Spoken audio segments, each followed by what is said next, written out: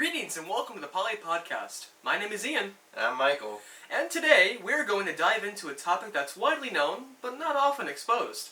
Today we're going to review I'm Doing It Wrong, political post on Facebook by Mr. David J. Marshall. Oh, is he related to our professor? That's not important. Oh. Now, we've all seen political posts on Facebook, or other social media for that matter, that often stirs commotion and sparks conflicts. Controversy on Facebook. What's new? In this article, Marshall discusses the sort of paradox of politics. He states that if you respond to a political situation, receive backlash, and then never post political content again, quote, isn't that socialization and therefore political?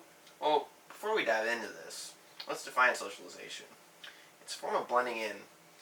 It's the changing of behavior to meet the norms of society. Marshall here believes that not responding to a political issue, whether it be via Facebook or, just like small talk, is actually a political statement. Which is a mind-boggling concept when you look at how Facebook originally started. You see, Facebook was a social site for college students, but after many years of operation, its database has grown to inhabit many different groups of many different demographics. Well, with those demographics come many different opinions. Over time, went from a college student talking about college stuff to a pretty accurate representation of social discourse in America and eventually the world. Not everyone is raised the same way as everybody else, so everyone sees their environment a bit differently. This is true for even a college setting, let alone a singular country.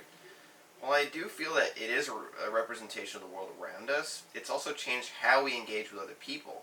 I feel like this has caused the whole notion of be discreet about politics to be tossed out the window. I agree. Whenever somebody posts on Facebook, I often wonder if there isn't a political stand tied into it. Mm-hmm. Everything seems to be so political nowadays. The way Marshall explained it, even the conflict of pineapple on pizza can be considered a political statement. For one, it causes commotion. Some people get offended by other people's stances, and some go as far as to insult others on their opinions. Oh, Internet. Never change.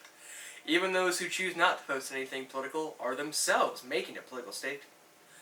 Getting a lot of backlash from posting something political socializes one into being non-political online, which, in and of itself, is being political. Inaction is action, after all.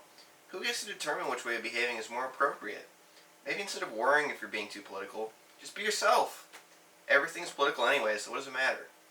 The same may be said for the future writings of students. Everyone will have different opinions on a specific topic, so you shouldn't overthink an essay on how motifs in a novel reflect its plot. Receiving backlash for the substance of your writings is one thing, but receiving backlash for expressing an opinion is completely different. If anything, consider it a moral victory if somebody says, I don't want to hear it, because it means you've expressed your opinion well enough to elicit an emotional response. Mm-hmm. It's not politics, it's just life. Don't let the faint of heart dictate the norms of writing. Very well said, Ian. I feel like that's a good thing to end on. Alright, well thanks for tuning in.